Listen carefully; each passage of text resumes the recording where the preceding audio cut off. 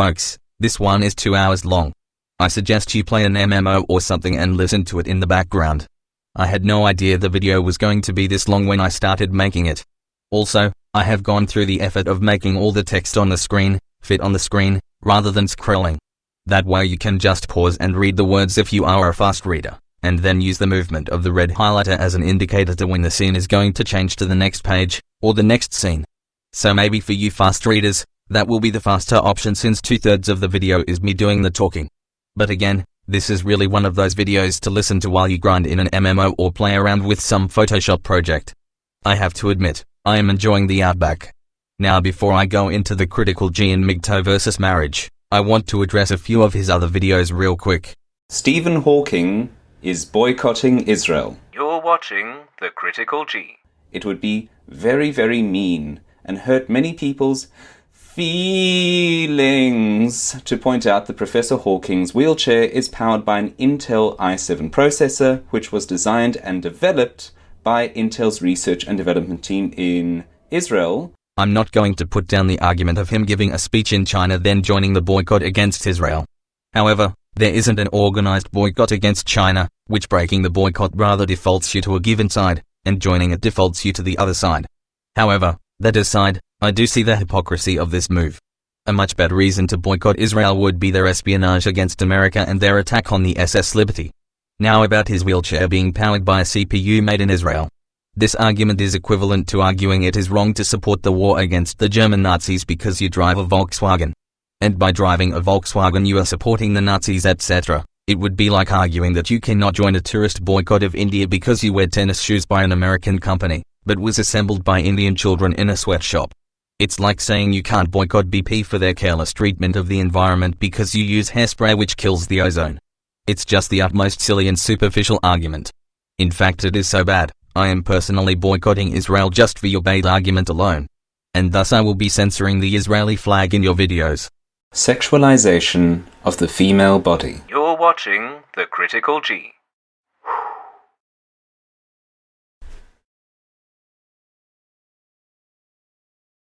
Before Europeans colonized Africa, many native women were bare-breasted, and in those cultures, a woman's breasts were not considered an erogenous zone. That seems to fly in the face of biological nature. Also, it seems to go against bits and pieces of my anthropological knowledge, so I am seriously going to call bullshit on this. You need to cite a source for me to tear apart.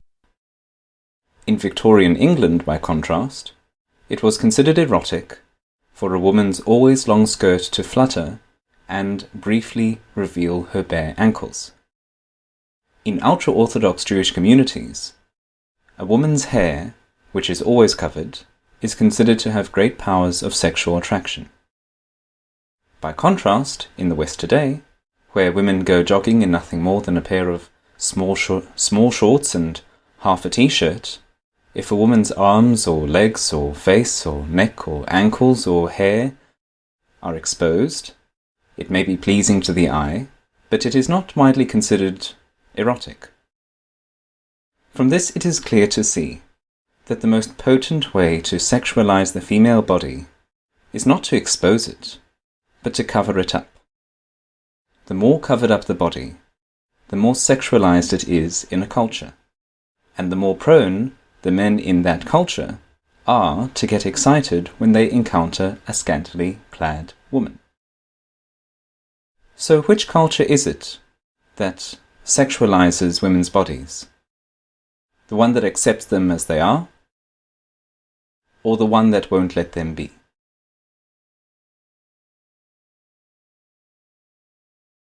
So what you're saying is, covering a woman's body makes men want to see it more than they'd want to see it if it weren't covered?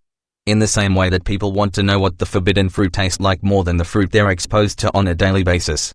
It's the phenomenon of people wanting something more when you tell them they aren't allowed to have it. However, you claim the Muslims are sexualizing women. However, here's the thing, you cannot make sexual what is already sexual. Males have an inborn attraction to the female form.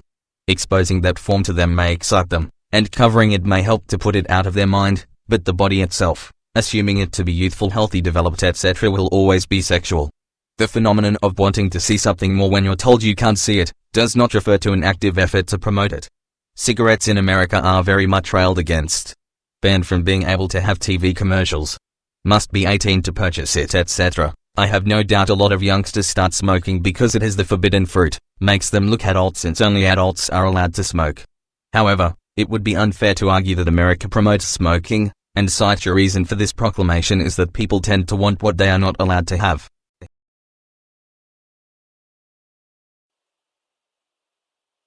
How do you know that a MGTOW is happy not to have a woman in his life? Don't you worry, mate. He'll fucking tell you. Was that supposed to be funny? I mean, if that was the purpose. It failed. Look, mate, I'll show you how to tell a MGTOW joke. I'm not having a good day. Oh no, tell me what happened? I lost a customer at work today. Well, that doesn't sound like such a big deal. Honey, I work at a suicide hotline. Oh dear. Well, just out of curiosity, what drove him to it? MGTOW, you know, men going their own way. So it was the depression of post-divorce heartache that drove him to his grave? No, it was his boyfriend who decided to join MGTOW. And that's how you tell a MGTOW joke. Hey everyone, I just want to draw your attention to one comment to exemplify what the risks I'm talking about when I talk about MGTOW. So let me refer you to Ghost in the Machine 202, who commented recently on my video on taking risks, divorce, trampolines, and rocking Mr. E. I will enjoy hearing of rocking Mr. E's divorce and his being raped in a family court. Time and odds favor the MGTOW. It will happen someday. Then just watch. He will close his YouTube account and disappear. When I talk about the mean-spirited hopelessness, it's about this kind of behavior, this kind of animosity, this desire to see other people suffer. So I'm not going to presume that Ghost in the Machine 202 is of any significance in MGTOW circles. But what I do put to MGTOWs who have come to my video and who criticize what I say about its tendency towards groupthink, towards nihilism, towards irrational hatred of all women, is what do you do as a MGTOW? If you identify as a MGTOW, what do you do with someone like this? How should MGTOW repudiate the commenter you mention? Well, I can't answer that as a MGTOW, because I identify as MRA. But I think I have enough street cred with the MGTOW to answer this. First, I would have no desire to repudiate this man. It's not as if his comments were uncalled for. I don't personally wish anything bad to happen to Rocking Mr. E, his family, his marriage, etc. However, you're portraying this as if Rocking Mr. E has never said anything bad of MGTOW. If Rocking Mr. E had never once opened his mouth about MGTOW, and just casually mentioned that him and his wife were going on vacation, and suddenly self-proclaimed MGTOW began with these comments, then yes, I'd say there was a severe problem. But that's not the case. Rocking Mr. E has started this whole feud between him and MGTOW. I believe this shit goes back to him and Stardust. I never got too wrapped up in the feud. But at any rate, he started this shit. He has called MGTOW scum, he has called them sociopaths, he has called them pussies, and more. He has attacked them, labeled and branded them as his archenemy, has attacked Stardust and Barbarossa, has made personal attacks against MGTOW. He doesn't even go out of his way to say some MGTOW, he just straight up says MGTOW. And I'll be honest, I do respect that much about him. At least the fucker says what he means and doesn't pussyfoot around and hide behind plausible deniability or vague language. I'll give him that. But the point is, Rocking Mr. E has totally gone off the deep end with his marriage fetish. It's a sick fucking obsession with him, and MGTOW shall feel his wrath. He has made non-stop attacks on MGTOW and has named names. When all is said and done, any hate he gets from any MGTOW is completely justified.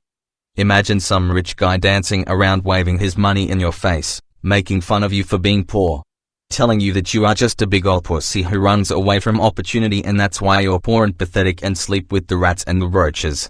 Imagine a guy who came by your house every day running his mouth to you and your family and friends like that. Imagine this shit going on for months. Would it really be so hideous if one of your relatives got tired of this jackass's taunting and said, you know what, I hope you lose all your investments, rich boy, and end up in the soup kitchen dressed in rags. Would that really be so uncalled for? Would that really be so out of line? Because that's what's going on here. And I tell ya something else, mate. Every day these MGTOW see more and more of this shit. Having their faces rubbed in it all. Being told they're just cowards. Being told they need to just man up and find the right woman.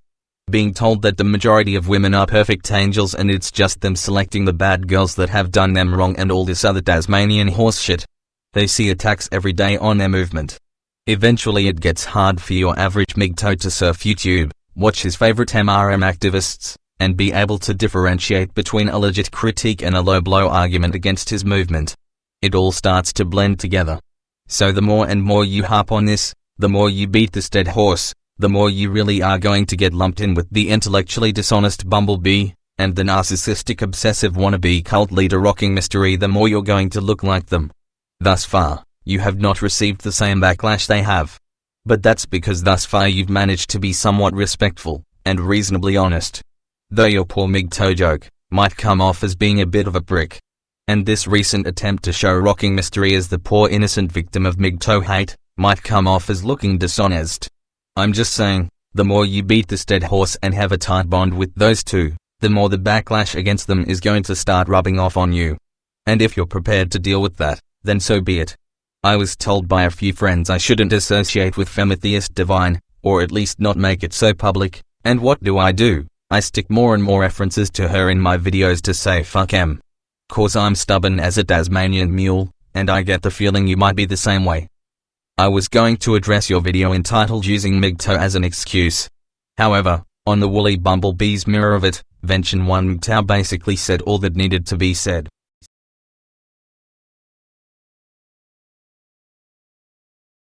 Do you have any idea how rare it is to get pwned by a commenter within the 500 character limit? Seriously, it is rare to see a 20-minute video get pwned by a simple commenter. Vention needs a medal for that shit. Marriage and MGTOW, facts and emotional reality. You're watching The Critical G. Problems that I have encountered with some of the comments coming from guys who call themselves MGTOW, or who just say in some other way that they are excusing themselves from the obligation to get married. Wait, what is this obligation to get married? I have no obligation to get married. I have no obligation except to obey the laws of the land, do for myself, and to take responsibility for my actions. Beyond that, I am not obligated to do anything. There are social expectations placed on me, and always have been. However, I say fuck you to these expectations. I do not have the compulsion to conform to what society expects of me. I will not jump through each and every hoop society sets for me to earn my little gold star and gain social approval. I'll confess I like the applause, I like respect, I like approval, but I won't allow my desire for those things to compromise my values, or force my hand in any way. I refuse to allow myself to be a victim of groupthink. I refuse to have my mind made up for me by others. I refuse to be the world's lapdog. I refuse to be someone's bitch to earn their approval. I live in a world of obese, self-righteous, religious, superstitious egomaniacs who waste their life away in front of the TV watching Here Comes Honey Boo Boo, with a fistful of antidepressants in one hand and beer in the other, just to pull through and make it through the day so they can go to their mindless repetitive jobs and work their asses off to make a rich man richer, come home to their reality TV, pop their pills, drink their booze, and do it all over again. And these worthless slack-jaw motherfuckers who never contributed one unique thing or had one independent thought in their skulls are going to set up hoops and tell me to jump through them to earn their personal approval? You're shitting me. I am under no obligation to get married, none whatsoever. I don't need an excuse to get out of my marriage obligation. I don't need to make excuses, I got 2 middle fingers. There's my excuse to you and the world that thinks I need to live up to their standards, and earn their approval. I think you really and truly need to understand how much marriage is not an obligation to anyone. If you want to cave into societal pressures to earn some milk and cookies, that's your right. You could let society, your culture, tell you what to do, what to think, and how to feel, and earn that gold star of obedience, or you take that middle finger, stretch that motherfucker out, and tell society to go swivel on it. That choice is yours. I've made my choice. I pay my debts, both public and private. I live up to my word. I fulfill the contractual obligations I voluntarily enter into, and I harm no one, and take full responsibility for the consequences of my actions. That is my own personal code of morality. And if society thinks I owe them anything, well, here's my finger, swivel on it. Is that there are some very broad and unsubstantiated generalizations about women. You don't do yourself any favors when you say that, it's a 25% chance or a 10% chance or any kind of percentage, introduce any kind of statistics unless you have statistics to hand. You can't just reckon that the chance of success or failure in some kind of endeavor for every person out there is any kind of number, because it's going to be different for different people, first of all. And second of all, even if you're going to talk about a person in particular, you need to show on what basis you reckon that number. Well, you bring up a good point in that whipping out a statistic needs to have a citation rather than doing what feminists so commonly do and pull numbers out of thin air and pass it off as fact. There is also the possibility that if someone said there is a 78% chance the bitch will make up sex crime allegations against you to ensure custody of the child, there is a chance that number, if repeated enough, could start to catch on and get repeated by others until it is mistaken as having a credible source that no one can actually find. So there is that danger. However, I do think there are situations where making it very clear that your feelings on the matter is a 75% chance the bitch will take you for everything you're worth are understandable. Take for example my video addressing the woolly bumblebee. She kept saying some MGTOW, not all, but some, yet depending on various parts of her argument, it seemed as if she were talking about 1 or 2%, other times like she was talking about 80 or 90%. Actually being given rough estimate of how many she thinks, how many she feels, are guilty of the alleged behavior, would have really helped, and given some very much needed clarification.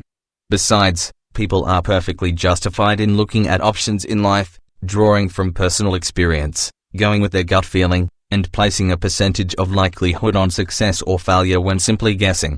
So to reiterate, I think as long as we go out of our way to acknowledge that the percentage of something is our own personal gut feeling, and not an actual scientifically derived number, we'll be alright. But that's just my opinion. And it is very objectionable to make these sweeping statements about men and about women.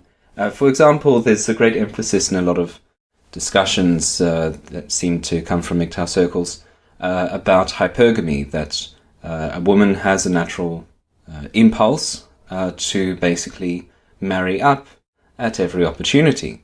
Now, I'm not denying the reality of the hypergamous instinct because it's there for anyone with eyes to see, and the divorce rates, mostly being initiated by women, attest to the fact that when divorce is made easy, it's typically the women who are marrying up. It's not men who are trading in their women for newer models. But there is a polygamous instinct amongst men too, in man, as opposed to the hypergamous instinct in woman. That is, to a great extent, neither here nor there within a healthy marriage or in a happy relationship. I mean, some people don't get married until they've been together for 3, 4, 5, 6, 7 years. Well, within those many, many years that they're together and they're not married, the hypergamous instinct of the woman and the polygamous instinct of the man are still there.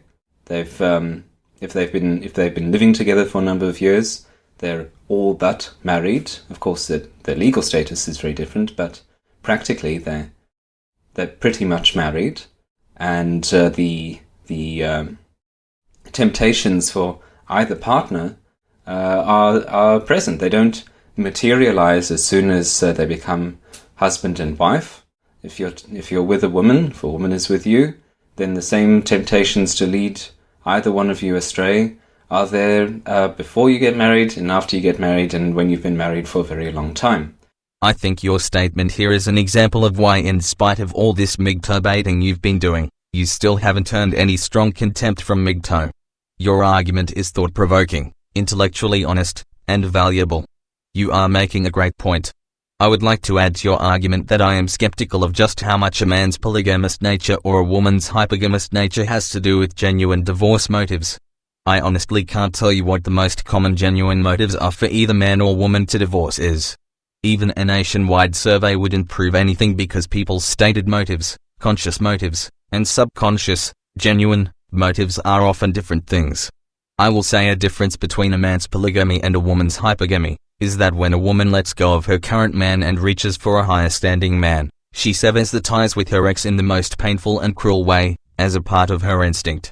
It's like, when a woman says goodbye, she means goodbye, drop dead you son of a bitch, you better pray to God that you never run into me again. While the man stands there with his jaw on the ground wondering what the fuck happened to make her that way. It's just something I've noticed. And I suspect that when a man gives in to his polygamous nature, his actions are more a matter of sneaking off with another woman rather than leaving his wife altogether. And I'll be honest, that's just speculation on my part. I have no data, and not a lot of experience.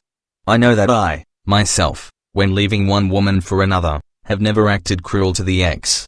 But when a woman moves on, she really wishes the earth would swallow up and destroy her ex. I have noticed that a lot. I have been the recipient of that a few times.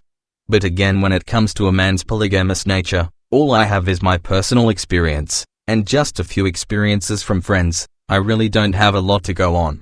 But I am curious as to just how much polygamy and hypergamy are genuine motives for a divorce. One of the comments talked about risk.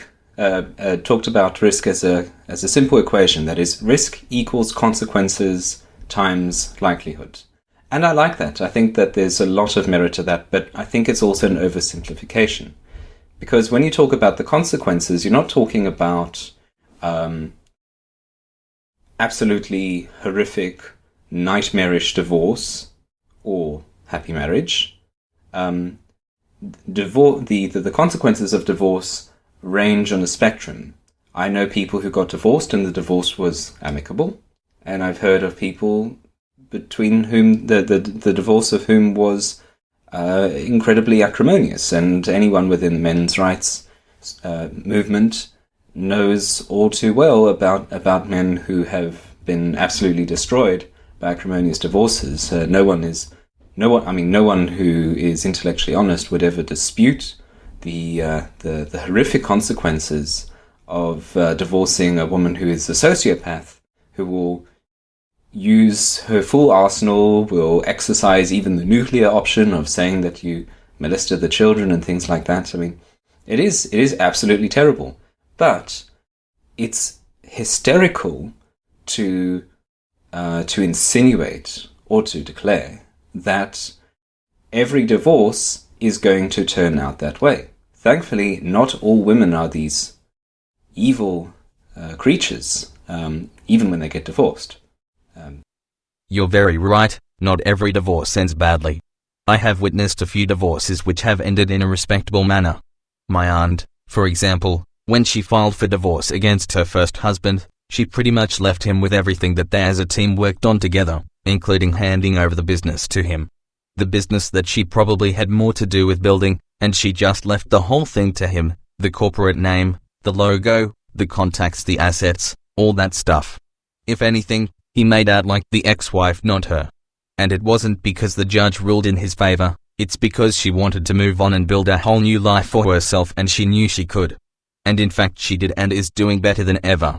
His business eventually fell apart simply because he couldn't do it without her. But again, she left him with everything. Now here's where it gets weird. If you ever met my aunt, she'd put the fear of God into you real quick. She is the fucking Terminator. You talk about a sociopath. This woman has gotten people fired for fucking up her order at diners and fast food establishments. This woman once forced a pharmacy to turn their registers back on and fill her prescription. This woman has the uncanny ability to get things done, and don't fuck with her for a second or she will destroy you. Her callousness can be downright intimidating. What I am getting at is, she is a highly intelligent, headstrong, cold-hearted bitch who gets what she wants. She has all the makings of someone who would set records for how bad some guy gets taken to the cleaners in a divorce. And yet, her divorce was the polar opposite of that. Go figure. And likewise, I have witnessed women who were sweet as a lamb turn into predatory lions in the divorce. I chalk it up to evidence that you really can't determine which women are going to be respectful as lifelong partners and which ones will tear you to shreds in the end. It's really anyone's guess. The divorces I've seen that ended with the woman showing mercy when she had the opportunity to really screw her ex-husband over, the only thing I can think of as a constant factor is they were very strong independent women who could do for themselves and did not parasitically live off of a man. In fact, noticing this throughout my life may have actually taken part in shaping my own tendency to seek out strong independent women. Maybe it did, maybe it didn't. And I must confess I haven't exactly witnessed hundreds of divorces, just a handful or so. But here's the thing I want to get into.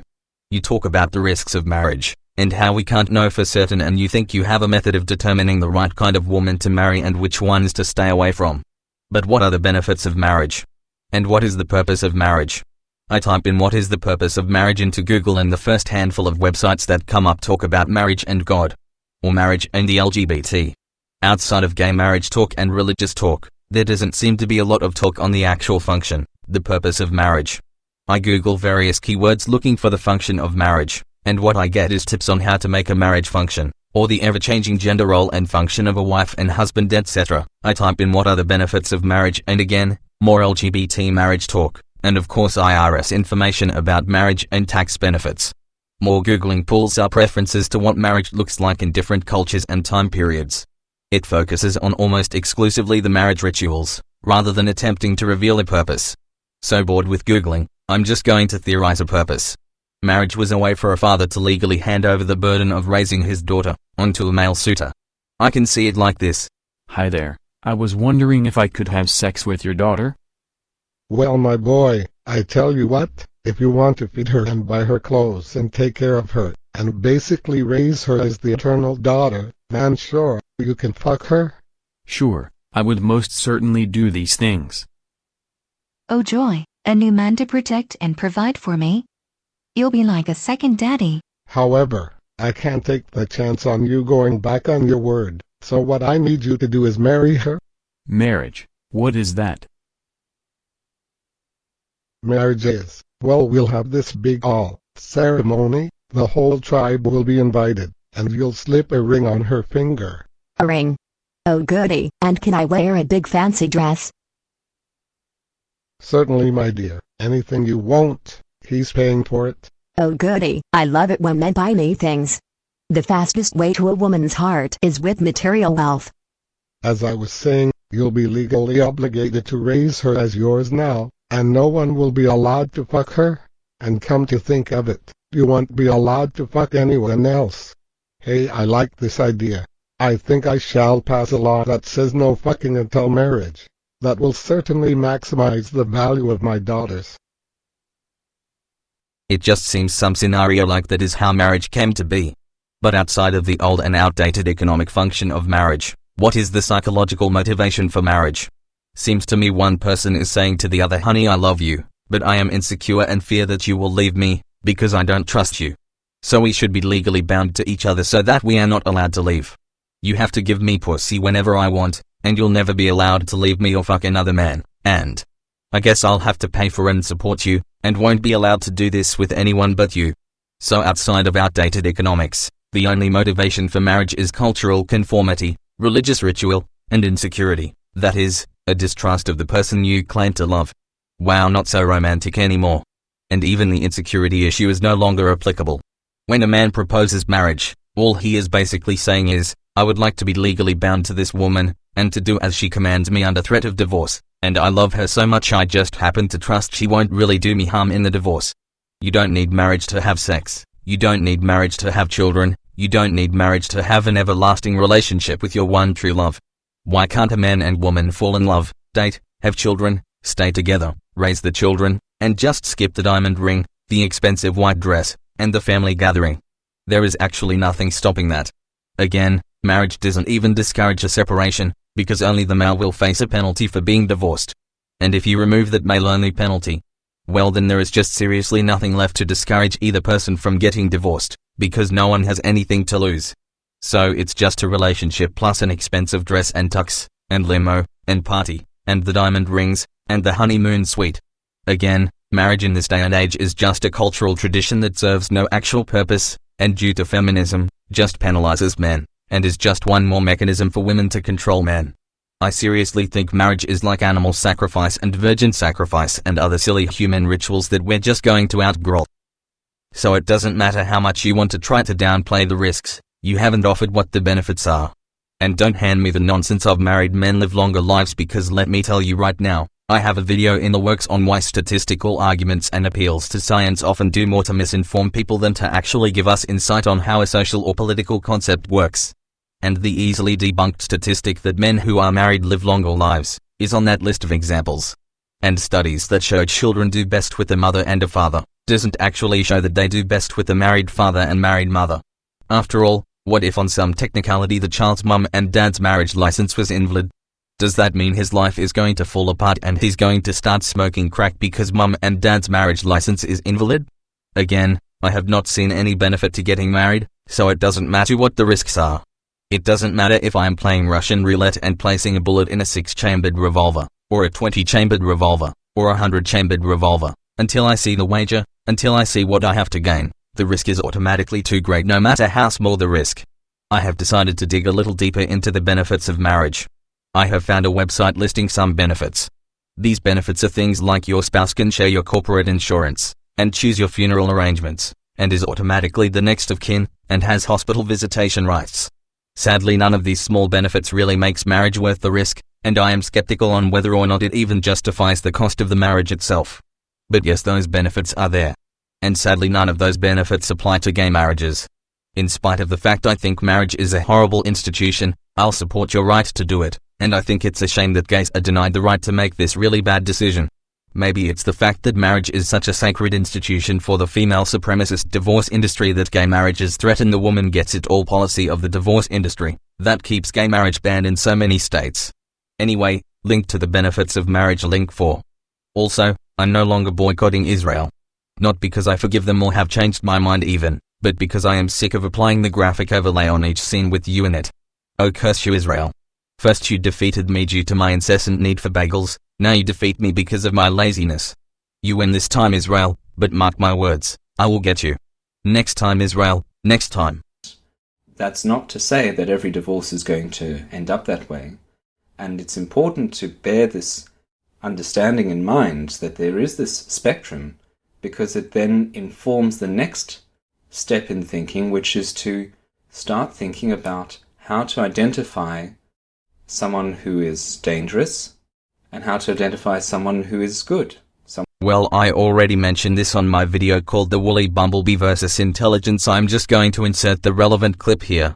You claim there are good women out there, and I agree, I'm sure there are. However, I think they are incredibly rare. I've heard a few proposals on what traits in a woman to avoid by pro-marriage MRAs, and I think their advice is kind of naive, so let me give some advice. If a woman seeks out men who make more money than her, big red flag. If a woman feels entitled to stay at home while you go out and do all the working, big red flag. A woman who is needy, controlling, vindictive, emotionally unstable, mentally ill, manipulative, shows any signs of narcissism or any major symptoms of the cluster B erratic, dramatic personality disorders in the DSM, that is borderline, histrionic, antisocial, narcissistic. Now, I'm not saying if you find a woman that is absent of all those traits that you've found a winner, a woman that won't take you to the cleaners. I'm just saying if she does possess any of those traits, you can just bet your bottom dollar that she will destroy you the moment she finds you boring. And I should point out, the reason I say avoid a woman that is willing to stay home while you work,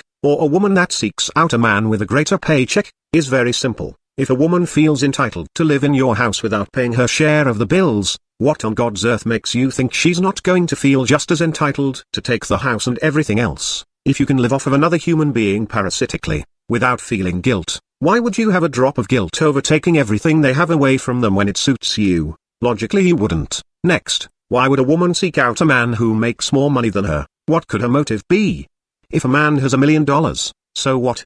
What good is it doing her? It can only do a woman good if she believes that entering into a relationship with that man is somehow going to allow her in some way access to that money and the benefits of that money, and if she's that damn concerned about the money, I think that is very telling of where her priorities are. And I'm not just being anti-woman. Any person, of any sex, regardless of sexuality and gender identification, that has any of the above traits I mentioned, should be avoided like the plague. But again, show me a woman that does not seek out men who make more money than she does, and does not feel in any way entitled to live a lifestyle where she is not paying her fair share of the bills, I think that alone just ruled out 2/3 of the female sex. And when you take the remainder, and rule out the ones that are erratic, dramatic, emotionally unstable, or just insufferable rude bitches from the word go, I think we're getting into slim pickings. And when you take that remainder, and rule out the ugly ones, and all the man-hating feminists, and women who are already taken, do you have any idea how rare a decent woman is getting?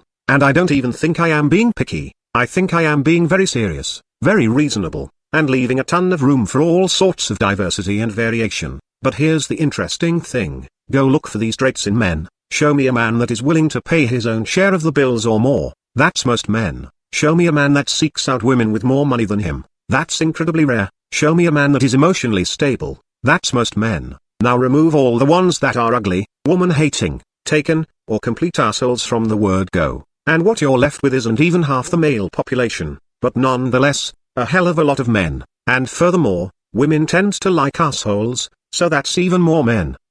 I feel the need to mention that my arguments are based on logic, not personal experience. My personal experience with divorce tends to conflict with what I think should be logical. It's one of those cases where I would like to see statistics. But I can't find statistics on gets taken to the cleaners, and there are far too many variables to work with for those statistics to mean anything. So let me also point out something. I mentioned that a woman who seeks out a man that makes more money than her has a high probability of taking him to the cleaners, and I pointed out my reasons for believing it. But I would also like to add that if you are supporting a stay-at-home mum, this is a big red flag because she may feel out of self-preservation, the need to take you for everything you have. After all, her lifestyle is parasitic. Stay at home while a man does the back-breaking work and deals with all the social pressures and the stress and the competitive environment. That's the lifestyle she is accustomed to. She's not going to want to let that go. If she divorces you, she isn't going to want to go out there into the workforce and have to fend for herself. If that's something she wanted to do, she'd already have a job pulling her own weight. She is not physically strong enough to go out and do your job. Or she lacks the education to do your job. She lacks work experience. She has lived a parasitic lifestyle, always benefiting from your labor. She knows nothing else. And I doubt she wants anything else, or in this free society, she would have gotten off her ass and been more than a stay-at-home mum. So clearly she has lived parasitically, and done so by choice. What the fuck makes you think in the divorce, she won't do everything in her power to hold on to that lifestyle? Again, even if you find a sweet emotionally mature woman with a sense of compassion, if you are supporting her, giving her a free ride, I see no logical reason why she'd choose to give up that lifestyle, just because she's giving up you. So if there is just one piece of advice to take from my how to avoid a woman that will take you to the cleaners, that advice would be, find a woman that is 100% self-sufficient and intends on staying 100% self-sufficient. Because I am telling you, it has nothing to do with feminism, and it doesn't even have anything to do with female nature. If a person is accustomed to living a parasitic lifestyle, they are not going to want to give that up, and they will fight tooth and nail to keep it, and that often means taking their ex to the cleaners. Put yourself in her shoes. She stays at home with the kids, she doesn't want to go out and work, and you've provided her with that lifestyle. She is comfortable with raising the children, she is comfortable with staying home being a stay-at-home house mum. Why the fuck should she give all that up, just because she is giving you up because you're an asshole, in her eyes at least? Just because she is tired of your shit, tired of dealing with you, tired of trying to make things work. Why should she have to give up her comforts if the state is willing to let her keep those comforts by lawfully forcing you to hand her everything? Again, it's not even feminism or female nature, that's just common sense human nature at work. So if there is no other advice you take, just go with I will not marry a woman that is not 100% self-sufficient. Oh, and as far as finding a 100% self-sufficient woman that has every intention of staying that way, even after she experiences motherhood, good luck with that, mate. Those women do exist, but good luck finding one who actually considers you on her radar of men she'd be willing to marry. But even if you find her, there's no guarantee she won't fuck you over. I'm just saying logically her primary motivation to take you to the cleaners isn't there. Though she might still do it. But I'm sure that many of you will agree, at least from your own experience. Many girls are far too sensitive to maltreatment, or what they imagine to be maltreatment, and even if they themselves don't think there's anything wrong, if they're in touch with any feminists, those feminists will be sure to inform them about what's wrong with their relationship, or rather what's wrong with the man that they're in a relationship with. So we don't really have any people... Now the thing is that the feminists who purport to help their fellow women in these trying times, of course, are not their friends. They're worse than enemies. They are their enemies. But they're very, very dangerous because feminists, the feminist ideology does not concern itself with marital bliss, with happiness, with a rich life, with being good to each other. It's all about it's of course Marxism with a skirt, and it's really about sowing the seeds of chaos by poisoning the natural power relationships that exist between different people. So when a feminist tells her girlfriend that the man isn't respecting her, blah blah blah, it might be out of genuine concern, or it might be out of a genuine belief that it's out of genuine concern. But if it's fueled by feminism, then the advice will usually, or is really designed to have the effect of poisoning the relationship. Actually, what you're talking about has little to do with feminism. People have a habit of whipping out relationship advice no one actually asked for. It stems from their own inability to manage a relationship, and they just project it onto others. Like when your guy friend stands there talking about how if he were you, he wouldn't put up with that woman's nagging, and how much you need to put that woman in her place. And the women sit around doing the same shit, each one bragging about what their man did for them and what they made their man do for them, and just how she put her foot down when that man opened his mouth. People just do that. They can't manage their own relationships. They don't have the courage to take a stand in their own relationships, so they overcompensate by telling everyone just how whipped they have their partner, and how if you don't have your partner whipped the same way, you're an abuse victim, you're letting them walk all over you. It's not feminism, and it's not even women, to be honest, it's just shit people do. And they don't mean to poison relationships, it just sometimes has that effect. Now, as far as why do women see themselves as victims more than men? Well, society has us all convinced that women are victims and men are victimizers. That much actually is feminism. But also because it is a woman's instinctive nature to ignore her own abusive behavior, ignore her own privilege, hyper-focus on her victimhood, and hyper-focus on the man's privilege. Let me just give you an example of how women instinctively see themselves as victims. You take a woman out on a date, you spend a lot of money on her. And you do it again and again. You finally get laid, hooray. You continue to date her, pay for her to have a good time, and get laid. After a while you get fed up with her whiny clinginess, her crying, whining, controlling behavior, and you've just gotten bored with that pussy. Time to move on to the next woman you have lined up. When this happens and you dump her, she calls herself the victim in this whole ordeal. How many women have you met who refuse to give you sex or make 1 ounce of commitment, or the slightest sacrifice, and hide behind, oh it's just that I've been hurt, I've been used, men use me for sex, I just don't want to get used again. I bet you've heard your fair share of this crap. Let me explain something to you. A man paying good money to show you a good time, then takes you home and gives you an earth-shattering orgasm, and you're the victim.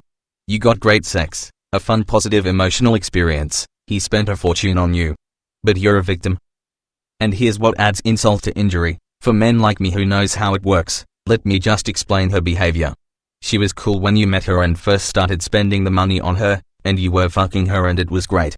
But then she started with her obnoxious behavior. Why did she start in with that obnoxious behavior? Simple, she was wanting you to dump her because she was bored. She got bored of your dick. It wasn't that big, the sex wasn't all that good now that she has time to think about it. It was getting boring, you and the whole relationship was getting boring.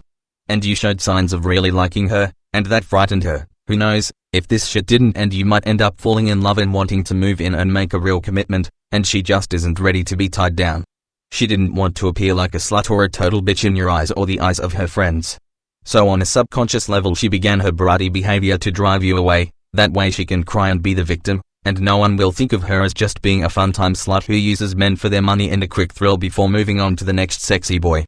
And to make matters even worse, when she is hiding behind that, oh I am so scared, I have trust issues, I don't want to get used, I've had my heart broken. This typically translates to I don't feel like putting out, you have to give a little more. Jump through this hoop, endure this abuse, be my obedient lapdog because. Trust issues, damn it, I've been used in the past. Let me tell you something, the ability for women to convince others that they are victims, and to even convince themselves of their own victimhood, is astonishing. It is an amazing talent that feminism as an ideology can't begin to take credit for. You must understand, a woman's ability to play the role of a victim is instinctive, downright in the very core of their subconscious, and many times they don't even know they're doing it. Women play the role of victim, the damsel in distress, their instinctive nature makes them this way, and they are good at it. A highly intelligent man cannot accomplish the level of victim portrayal that even a dim-witted 14-year-old girl can pull off. That is just how amazingly instinctive and powerful it is. "Help me, I am a victim," is a woman's battle cry. And that has existed long before the word feminism ever entered the English dictionary. Women are so good at playing victim, and this is a part of their biology, because playing victim works. We humans have the attributes that we do, simply because those attributes served some kind of survival purpose. A man's only defense against a woman's instinctive deception, particularly the illusion of victimhood, is a touch of misogyny, to know that women instinctively play the role of victim, and to be on the lookout for it and not to fall for it the way men instinctively do.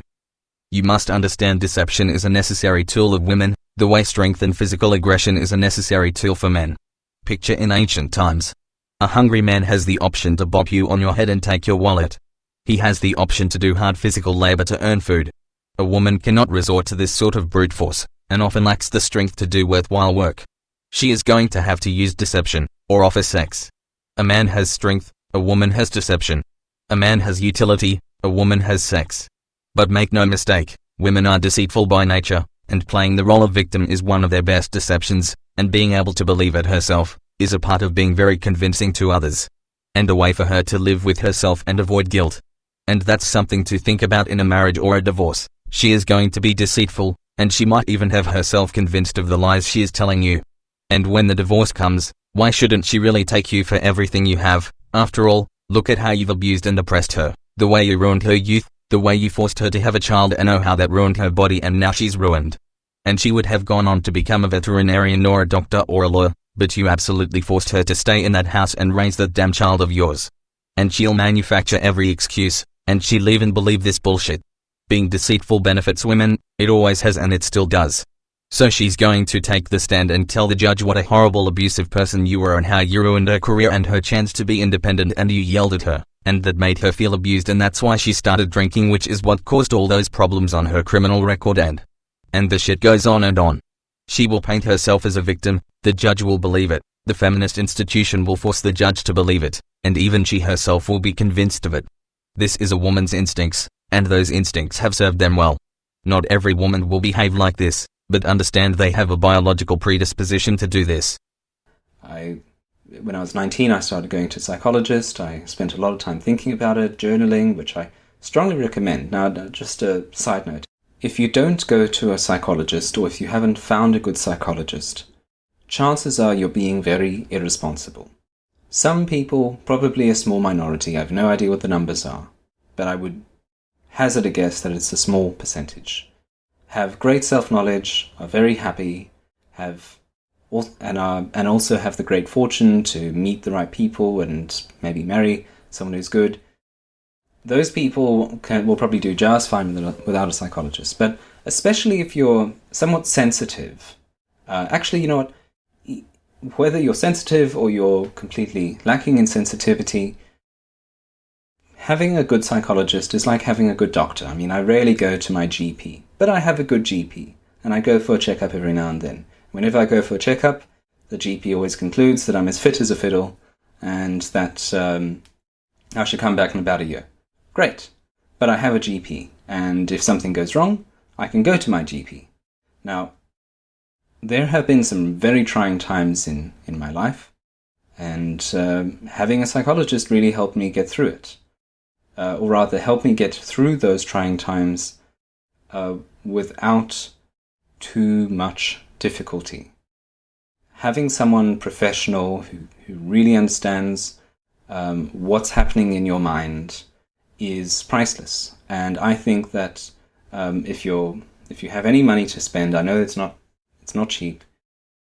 If things bother you and it's hard for you to, if you've been in relationships where it's been really hard for you to articulate what you feel and you found lingering resentment or anger, I urge you to find a good psychologist. It doesn't matter whether it's man or woman, it doesn't matter young or old, just someone who can really just see right through the layers of your thinking and work you out and say the things to you that really need to be said. If you're very lucky, you might have friends who can do that for you, but I would urge people to really think carefully about psychotherapy, talking therapy, not drugs, talking therapy. Actually, if you are hearing voices in your head, hallucinating, or having uncontrollable compulsive urges to do destructive things, I would encourage a therapist. But otherwise I would discourage it. I'm only taking the time to address this because you bring it up a few times in your videos. Woolly Bumblebee brings it up, how MGTOW just need a good shrink, etc. I have had friends and family who have benefited from talk therapy and medication. So yes, there is some good to come out of the psychology profession. But I have seen an equal or greater amount of people do a lot worse after therapy and or medication. First off, psychology just pathologizes normal life behavior. You're not unhappy, you're depressed. You're not shy, you have social anxiety disorder. You're not having a difficult time with your studies, you have ADHD. You're not moody, you have bipolar. You're not a weak-minded and troubled young lady, you have borderline personality disorder. And so on. Every emotional state of being, every difficulty adjusting or dealing with something, every socially unacceptable thought, desire, or personality trait, is a disease, a serious and very real disease, as real and medical as cancer. And after you're told that your problem is a very real medical condition, a very real disease, and there is no cure for it, but there is treatment, you're eventually going to grow tired of a talk therapist's words not treating your disease effectively enough, and you're going to opt for some medication to help you deal with your disease. And who knows what effect the medication is going to have, but hey, the psychologist's magical words ringing in your ears is not making the disease go away. And furthermore, I have seen some cases where a person becomes so dependent on their therapist, it seriously begins to resemble a drug habit, and costs about as much. And I've even seen cases of people using therapy as a crutch, an excuse to not do something. Such as I can't go outside and look for a job today because of my social anxiety and I need more therapy to help me. I'll look for a job when my therapist helps my anxiety a little bit more. And the thing is, the person who said this, I honestly believe that they are literally manufacturing anxiety as an excuse to not have to have a job, and are waiting for the talk therapy and alright combination of pills to ease their anxiety. Whereas without any of this therapy shit, without the excuse, they just get off their ass and get a job and wouldn't feel the anxiety they feel, the anxiety they are subconsciously manufacturing to justify not having to go get a job. Once you go to a therapist you can easily get sucked into the therapy culture, and suddenly mental illness becomes an excuse for avoidance of responsibility, an excuse to behave badly, and a scapegoat for not wanting to be responsible for the consequences of your actions. And once using I have a mental illness gets you out of a responsibility just once, it now becomes a lifelong crutch, a scapegoat for everything. And all this using mental illness as an excuse, it's all done subconsciously, you're completely oblivious to the fact you're doing it. And again, the fact you can give yourself the sensations, the behavioral patterns of the illness you've been diagnosed with. In fact, if I may play psychotherapist for a split second, I would like to just say to the people in my audience, if you have anxiety, never allow it to aid you in avoiding an unpleasant task. Because the moment you make your partner go do 2 or 3 hours of shopping because your social anxiety is acting up, what you've just done is create a trigger for yourself where the next time you have to go do something you really don't want to do, your subconscious will trigger the necessary amount of anxiety for you to tell your partner I can't do it today, anxiety. As for you advising people to see a shrink for the purpose of introspection, self-understanding, well mate, that's a bit like advising someone to use a sledgehammer to crack a walnut. Again, I've seen cases where therapy has helped people, support groups have helped people, medication has helped people. But all in all, I think we seriously need to be less of a dependent therapy culture. And we seriously need to stop pathologizing every emotional discomfort or bad habit. And furthermore, if you think going to a therapist is going to help you avoid bad relationships, you're seriously mistaken. Attraction isn't a choice. How many girls out there keep going after the worst possible guys? And you don't think they are aware they are going after the bad boys? You don't think they know he's trouble? You don't think they know this is going to end in her being heartbroken? Come on, they know it, but they have strong emotional needs they can't ignore, and so Johnny Bad Boy has them all excited, their hormones racing. And that shy nerdy nice guy. Well yeah, he'd be a much better boyfriend. But why doesn't she go after the nice safe nerdy boy? Because the attraction isn't there. She just doesn't feel it. That involuntary rush of hormones and brain chemicals. And do you know what a therapist can do for her? Nothing, not a damn thing. A therapist will get her to stop chasing bad boys when therapists gain the ability to get gay people to stop being gay, and get pedophiles to stop being attracted to children. Also, I might as well take this opportunity to mention that mate selection is mostly a female thing. If you are a man, and you are in the dating game, you are effectively just throwing yourself at one woman after another until finally, one of them selects you, and gives you the time of day. And each time you choose not to throw yourself at a woman because she doesn't live up to your standards, you are cutting your options slimmer and slimmer. Women on the other hand step outside of their house and everything with a dick is offering them dick. This is just hardwired human nature for both sexes. If you are a man, and you want serious options in mating, you better be one serious guy. And what I mean by that is, you better be damn good looking, or rich, or have one hell of a charming charismatic personality. If you're a plain Joe, you're basically a beta male chasing after some alpha male's leftovers. Lots of women are getting dick, and that dick is the upper 20% echelon of males. That other 80% is just throwing himself at woman after woman in the hopes of getting some alpha male's leftovers. So going to a therapist to help you avoid the wrong women. Not really buying it. As for going to couples therapy when you have a relationship, I know nothing about that so I can't comment. Exploiting her legal advantage. Not every jilted girl will call rape on you. It has happened, and when it happens, it's terrible. And that's why I personally think it's rather inadvisable to try to play the field very much. I know the pickup artists have quite a good time picking up girls in nightclubs, and they'll talk about game and controlling the situation, I suppose, or whatever it is they do. But personally, I think that that's too risky. And more than that, I just don't see the point in picking up girls that you're just not interested in at a personal level. If whatever those tactics are that pickup artists employ in clubs to get the hot women, or whatever they call them, hot bitches, I think. I'm not very good at that kind of lingo. You say hot bitches and start blushing. No really, look at you blushing, it's adorable mate. I've never been much of a pickup artist myself. Without giving it any real thought, I'd say I would ask out 5 to 10 girls per week, and get one date out of it per month. That's a very rough estimate. Sometimes I'd get 2 dates in a week, other times I'd go months without a date. Other times I'd ask out anything with a vagina, other times I wouldn't approach a woman all month. I'm just saying, those numbers are a bit of a rough estimate to say the least. I avoided clubs for the most part. I really hated the club scene, and I never found any of the girls there to be people I wanted to have to put up with on a date. They were all just incredibly stupid bubbleheads, and not worth the money and time to take on a date anyhow. And I wasn't the sort that could chat up a girl for 20 minutes and then have her naked in the backseat of a car. I had friends who could do that, but I wasn't one of them. But I agree it's risky, STDs, but false rape allegations was never a worry, although in retrospect I guess I should have been concerned with that. But what are you gonna do? Be celibate until you're the 40-year-old virgin, while looking for Mrs. Right to just fall into your life? I'm just saying, that's the way I looked at any sort of risk. But I'd seriously be more worried about a marriage going bad, than a woman at a club accusing me of rape. I mean, to be honest, how common is that? I've had one friend be accused of rape, that's it. And considering how many girls this Casanova fucked, I'm willing to say false rape allegations, much like rape itself, is pretty rare. STDs and divorce are actually pretty common. People suggest these sorts of things to me, or tell me about their own attempts at trying it. And I remember from a very young age, when I was 17, I had an 18-year-old girlfriend. She loved going to clubs.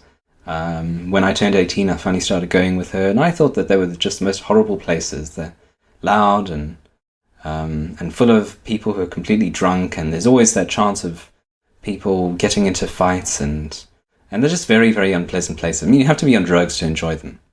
Yeah, I agree. I hated clubs. My friends had to drag me kicking and screaming to get me to go to a club. And yeah, there were fights, and drunks and stuff. And let me tell you, even on drugs, clubs weren't fun. And to go back to the MGTOW, this idea of sort of stepping out of marriage, completely, walking out, going your own way, is quite a negative philosophy. Now, I would never say go into something that you don't want to do, or go into something for which you're not prepared, or go into something for which you have about which you have misgivings. That's certainly not what I'm saying. But to conclude that, the whole society is hopeless is just this sort of extreme risk aversion, or kind of fatalism. It's not a coherent philosophy, because the society needs children. We need to procreate, and especially if you're not small government, if you're not a libertarian or anarcho-capitalist, if you support big government anyway, well, you need there to be many young people in future generations, because you need those people to support the welfare state if you think that the welfare state is a good idea. So if you have leftist politics and you MGTOW, well, that's completely silly. But even if you support small government or no government, you have to recognize that whatever kind of society you live in, you're very unlikely to live in perfect isolation. You're going to live in some kind of society, some sort of group of people. And every society needs children. You need young people. You need young people because if for no other reason, old people will retire, die, and the goods and services upon which we rely. I agree, we must reproduce as a species or go extinct. This is true for all life. Many years ago, when I cared to study mainstream politics, I was convinced that any communist welfare state bullcrap would collapse for the same reason a pyramid scheme is always doomed to fail. Like, each generation would have to produce a higher percentage of offspring than the former, or else the system would collapse. Though I have to confess that was so long ago, I have no idea what I am basing that conclusion on. It's just what I personally concluded many years ago. But in regards to us needing to reproduce to avoid extinction, well, we have 7 billion people. I don't think massive population reduction is such a bad thing. Granted, it will be affecting mostly the first world nations that prop up the rest of the world, and so that could have a serious consequence. Of course, if you ask the leftist, or more accurately the cultural Marxist among the leftists, it's the white Western world, that is the first world, which oppresses all the third world nations. So, if you're right-wing, libertarian, MGTOW will destroy big government, hooray. If you're left-wing, MGTOW will kill off those goddamn honkies that oppress everyone. Hooray. Alright, to be serious though, MGTOW as a voluntary lifestyle, will not destroy humanity. Though it could possibly break the system. And if so, then so what? MGTOW is a reaction to a system that is already broke. MGTOW is a reaction to a female supremacist system, or gynocentric as they say. Good heavens, we wouldn't want that. We wouldn't want a bunch of individualists to act in an individualist way, which would then hurt the feminist collectivist system, would we, rocking mystery? And what can be done about it? Should the collective body use coercion to force the individualist to conform and make sacrifices for the greater good of the collective and its big government communist collectivist system? Is that what you propose, rocking mystery? Alright, enough using you as a proxy to take cheap jabs at rocking Mr. E, but I would like to add, marriage and reproduction may traditionally have a correlation, but they are not mutually exclusive. And in a way, I sometimes see men walking away from marriage as a way of twisting the arms of women to change the system they created. A bit like a wife withholding sex until she gets what she wants. This is an example of bachelors withholding marriage until they get their way. I don't believe our system can change without it breaking. And I don't believe the female supremacist system will end until it stops benefiting women. MGTOW is liable to be that massive consequence of feminism that gets women to stand up and demand something be done. Women will not stop with their greedy behavior until their behavior bring about a consequence. If you want to end the unfair marriage and divorce system, the answer is simple. Stop feeding the system, and starve it. Stop putting rings on their fingers, stop giving them babies and welfare and alimony. Just stop feeding them. Stop feeding the system. So far you've just got through saying MGTOW will deprive women of motherhood, deprive them of marriage, deprive them of the welfare state they need so badly, and bring down the entire gynocentric system that benefits them at the expense of men. Yet you want us to get married and have babies and feed the system, thereby taking away all consequence for a corrupt system, and giving women no reason in the world to change their ways or demand a change of system. Why do you want to keep feeding this system? Why do you want to keep rewarding women for their bad behavior? You keep talking about how feminism has corrupted marriage, yada yada yada, and how you can't wait to end feminism and make marriage a fair system. And yet MGTOW, without any political effort, may by itself, actually bring the unfair divorce industry to a screeching halt. MGTOW by itself might actually destroy the feminist system simply by starving it. So why do you encourage us to take personal risks, which will ultimately just end up feeding the system that makes marriage so risky? I hate to get repetitive here, but I seriously need to drive this point home to you and all those marriage fetish MRAs. You can't come to work every day and complain about the work and the lack of pay, and expect something to change because you're belly aching. If you want better working conditions and better pay, you need to go on strike. You can't bitch about how unfair marriage is, all the while slipping a ring on a woman's finger and encouraging your fellow man to do the same. You can't defeat a system while supporting it at the same time. And if this was a matter of you as an individual choosing to break the strike and get married, fine. I wouldn't have a problem with that, and I doubt any MGTOW would. But here you are not only being a scab and breaking the strike, but you're actively preaching against the strikers that are trying to change the working conditions that you yourself bitch about. I hear so much shit from feminists about how the MRM, including MGTOW, aren't doing anything about the situation, they're just belly aching. I hear from you and other MRAs how MGTOW isn't doing anything, they're just belly aching. You know what, when all is said and done, the politically active self-proclaimed MGTOW, and even those men who never heard of MGTOW but are just opting out of fatherhood and marriage, are actually doing the most amount of damage possible to feminism. Okay. So there's a confusion here, which is very surprising from Pony Slay Station, which is this confusion between women and feminists. Feminists brought about these inequitable divorce laws, and convinced women and men that no-fault divorce was a good and fair and just thing. And so it's not that there was some kind of conspiracy of women to turn divorce into a means of expropriation of male wealth. That was the feminist idea, but that's not all women. In the same way that we rightly, strenuously, unabashedly object to feminists talking about patriarchy because we're not members of a patriarchy. There's no male conspiracy to control women. There's no womanly conspiracy, no female conspiracy to destroy men's livelihoods by means of inequitable divorce laws. So it's not that women have immense power and privilege, it's that feminists have immense power and privilege. And I'm really, really surprised, Pony Slay Station, that you missed this obvious distinction between women and feminists. I do need to point out that feminism is just female nature politicized. You have to understand, feminism is just what happens when women are not kept in check by men. Feminism is women getting too much power. Feminism is the outcome of female greed. It's always there, like gravity trying to pull you face first onto the ground. You must resist gravity by standing balanced, and constantly using your muscles to keep your body erect, and constantly adjust your muscles and posture to maintain balance as you resist gravity pulling you down. The moment you relax all of your muscles, and put up no resistance to gravity, you will fall to the ground. Feminism is in women, it's always there, that misandric resent towards males. That desire to crack the whip and make men do what they want. That need to reach out for more and more and more. That need to have privilege and avoid responsibility. The sense of great self-importance, that narcissism, that sense of resent and entitlement. That's all feminine stuff right there. That's feminism. Feminism is female nature. Feminism as a political movement is female supremacy. I want you to look at the political strategies of feminism, and I want you to think about the behavioral instincts of women, and tell me if you don't see a commonality. Let's take for example the feminists will advocate for a woman's right to wear whatever women want to wear, and then say men who look at these women when that attention is unwanted, is harassment and must be legally punished. Similarly, feminists will glorify female entertainers for their use of sexiness to exploit men's weaknesses for profit. Using a man's sexual needs, his vulnerability, to empower herself is girl power. Yet in the same breath they will say that the industry is exploiting this woman, and is objectifying women.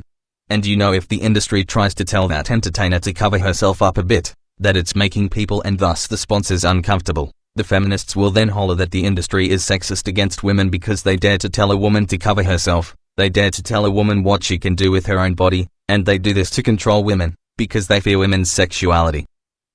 No matter how you slice it, women are going to do as they damn well please, and feminists are going to find something to bitch at, and it's always going to be the fault of men somehow.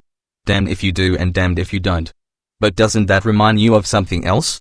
Doesn't all that feminist hypocrisy about a woman's sex appeal really just put you in the mind of the average woman that goes out of her way to wear tight and revealing clothing, act and look sexually alluring and then scold males for looking and noticing? Don't you see a parallel?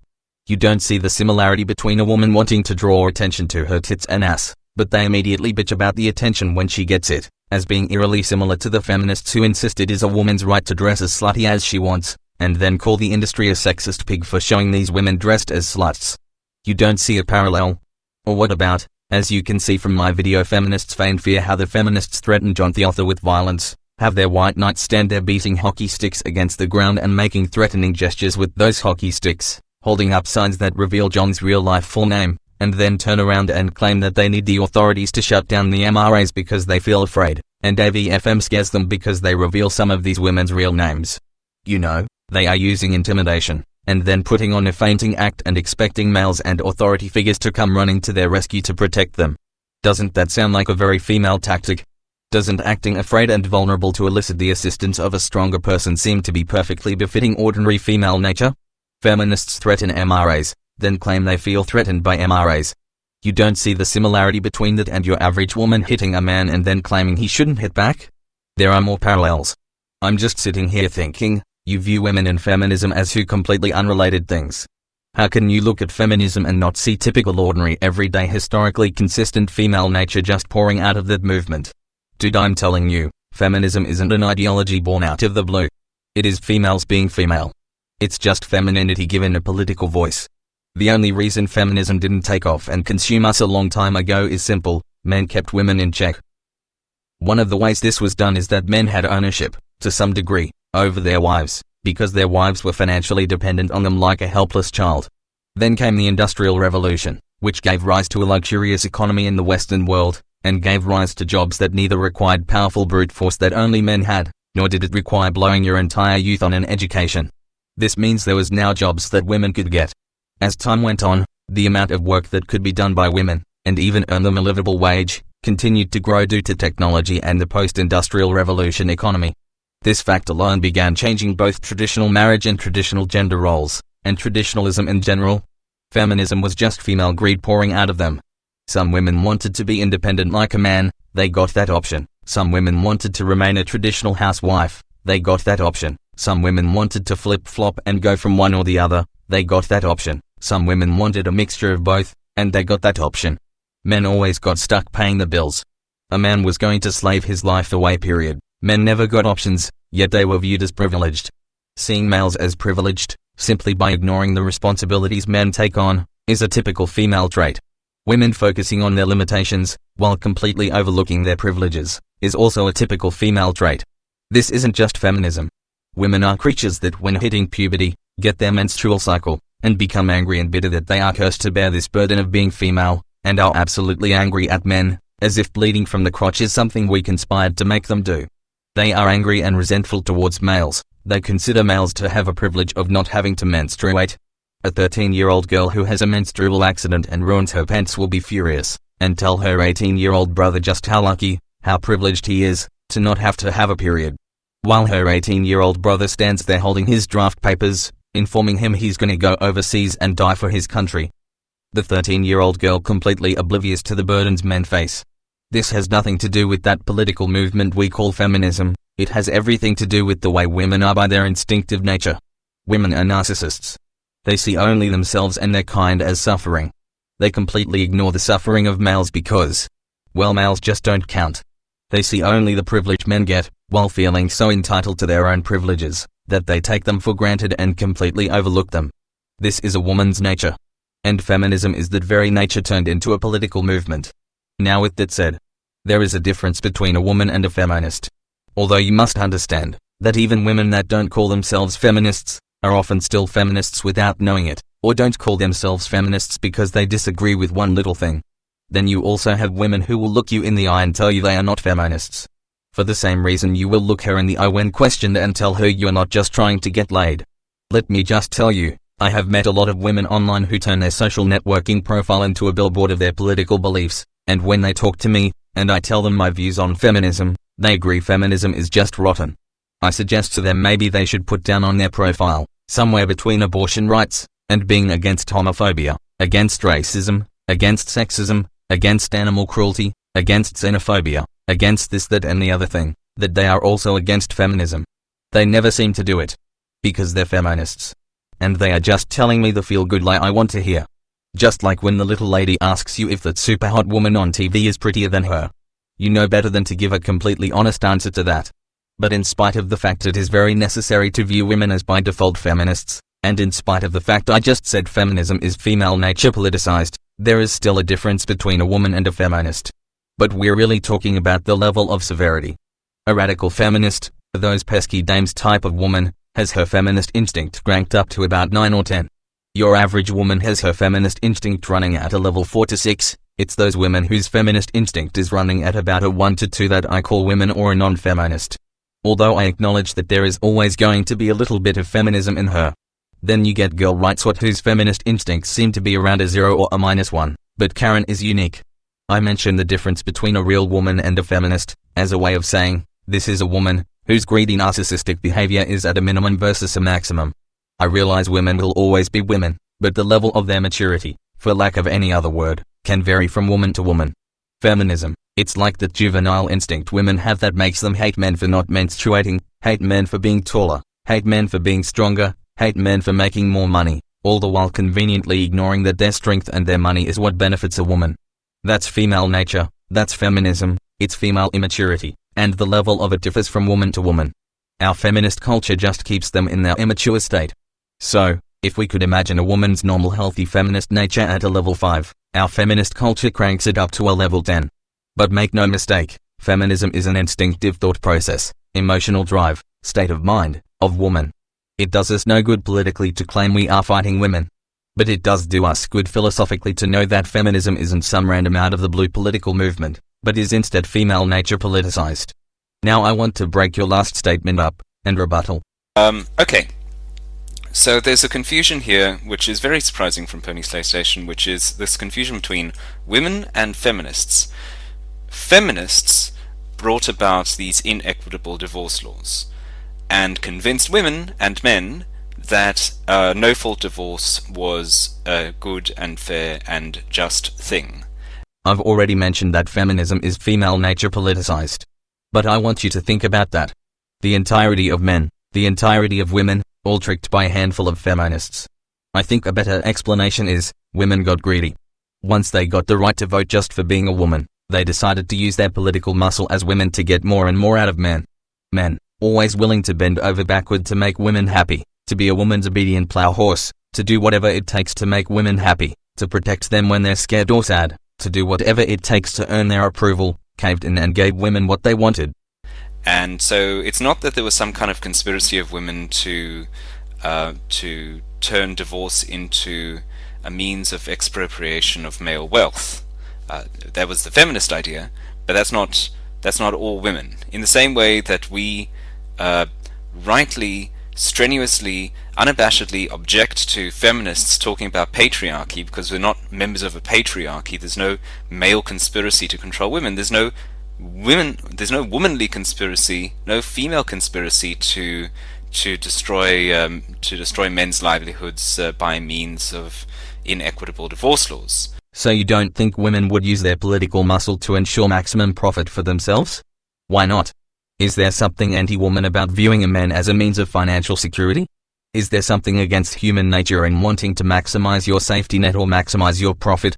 I want you to think about the woman that slaps a man in the face, and absolutely believes he is not entitled to hit back. I want you to think long and hard about what that says about women, their sense of entitlement, and just how they view males. And I want you to take that conclusion and apply that to marriage. You don't think women would use the political muscle they had to create a marital system that maximized their own profit at the expense of men? Why not? Does that seem in any way to go against female nature? Again, a woman is a creature that will hit a living human being, a man, and believe she has every right to hit him like he was just a convenient punching bag, and seriously believe with all of her heart and soul that he has no right to hit back or defend himself. This is how women are on a primal level. What makes you think when you give them political muscle they don't act the same way, do as they want, and feel they should be exempt from consequences?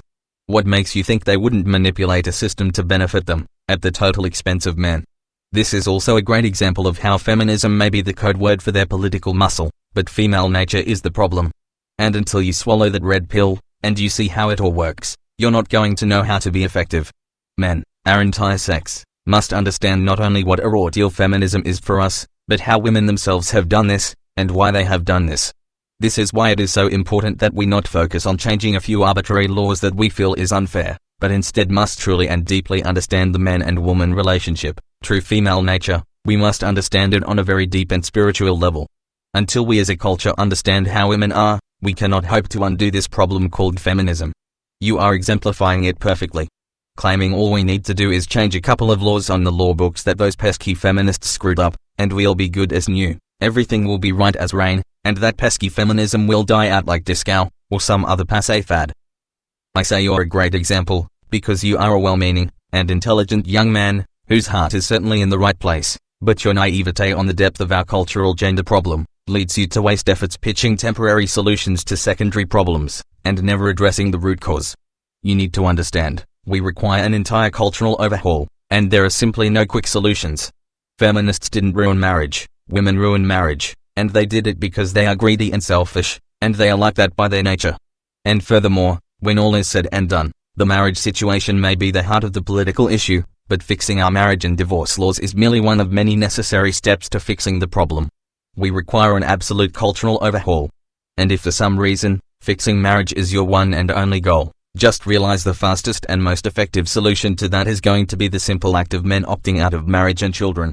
Again, you have to understand that marriage, along with so many other problems, is not all messed up by a handful of rotten feminists. It is messed up because women are women.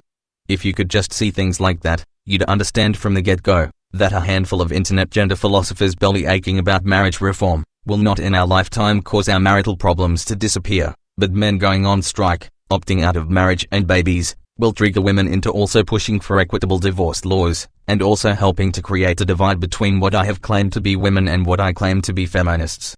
And once a moderate amount of women publicly and politically denounce feminism, out of self-interest of course, it will give permission for men to openly denounce feminism, and the MRM gets its foot in the door.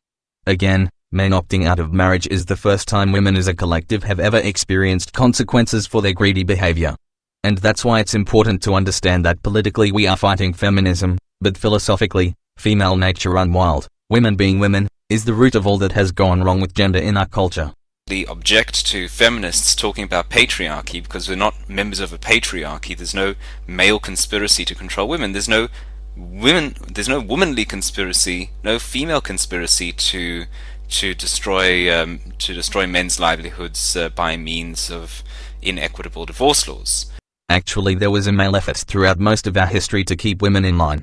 But this also came with an expected gender role for men, and both law and societal pressures kept men in line as well. When the feminists talk about the old patriarchy, there is a grain of truth to what they are talking about.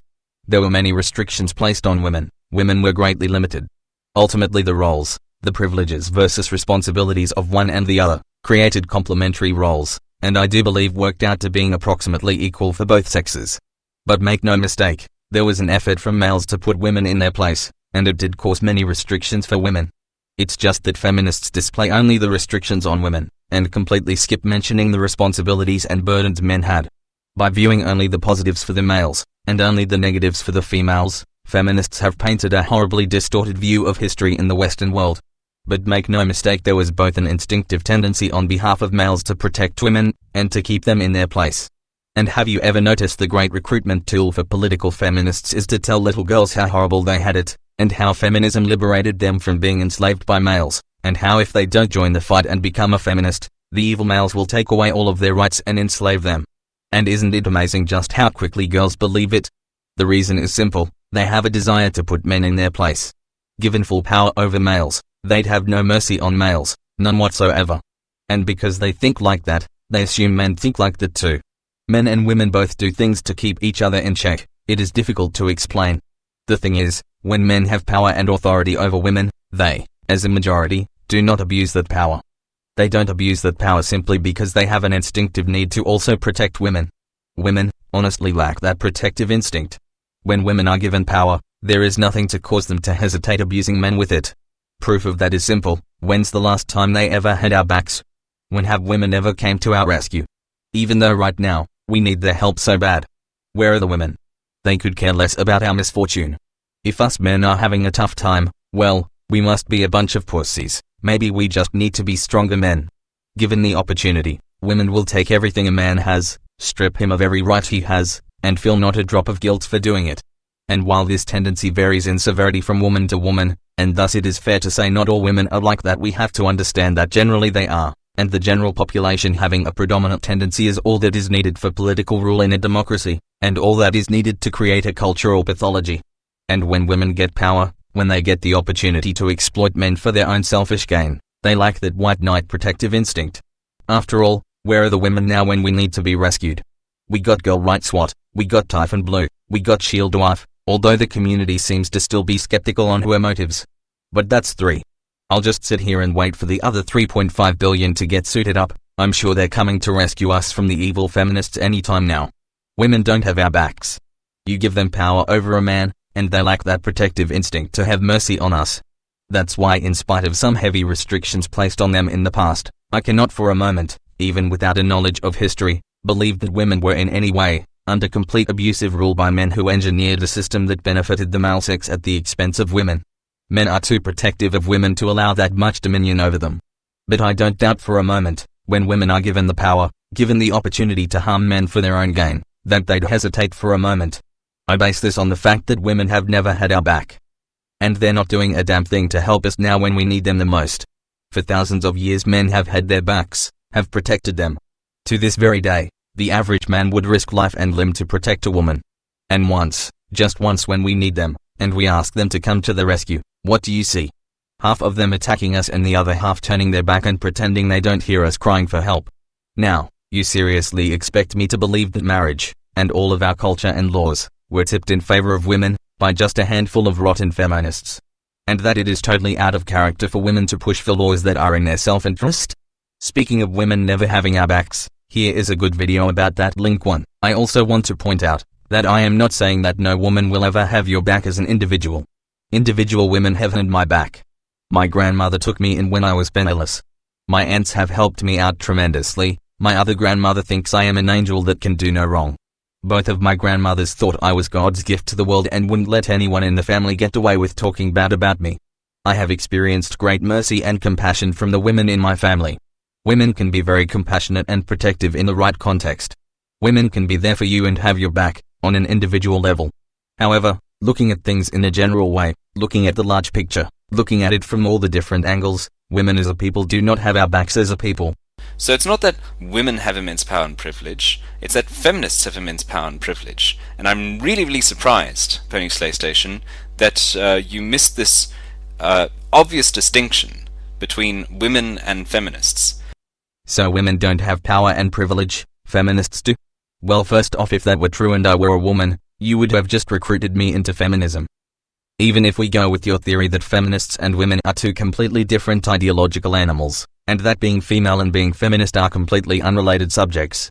Even going by that theory, women, those who do not identify as feminists, still benefit from feminism. If you get married to a woman who does not identify as feminist, she has the option to take as much of your resources as she wants in a divorce. This greatly benefits her. And her political affiliation is irrelevant to the power she holds. Feminism is not a movement that gives feminists options, but immediately denies these options to women that don't identify as feminists. A woman can choose to enter the military if she wants, but she is under no obligation to be drafted. This is true whether she identifies as feminist or not. If you and your wife gets into a fight, she has the option of hitting you or throwing something at you, and knowing that you're not going to be dumb enough to call the cops because the feminist-driven domestic violence industry finds you to be the abuser by default. This greatly benefits her when deciding whether or not to hit you. This greatly benefits her if she hit you, and then immediately regretted it. This benefits your wife whether she identifies as feminist or not. In fact, I can't even think of one empowerment, one privilege, one advantage feminists have created for themselves that isn't equally applicable to everyone with a vagina regardless of philosophical or political affiliation.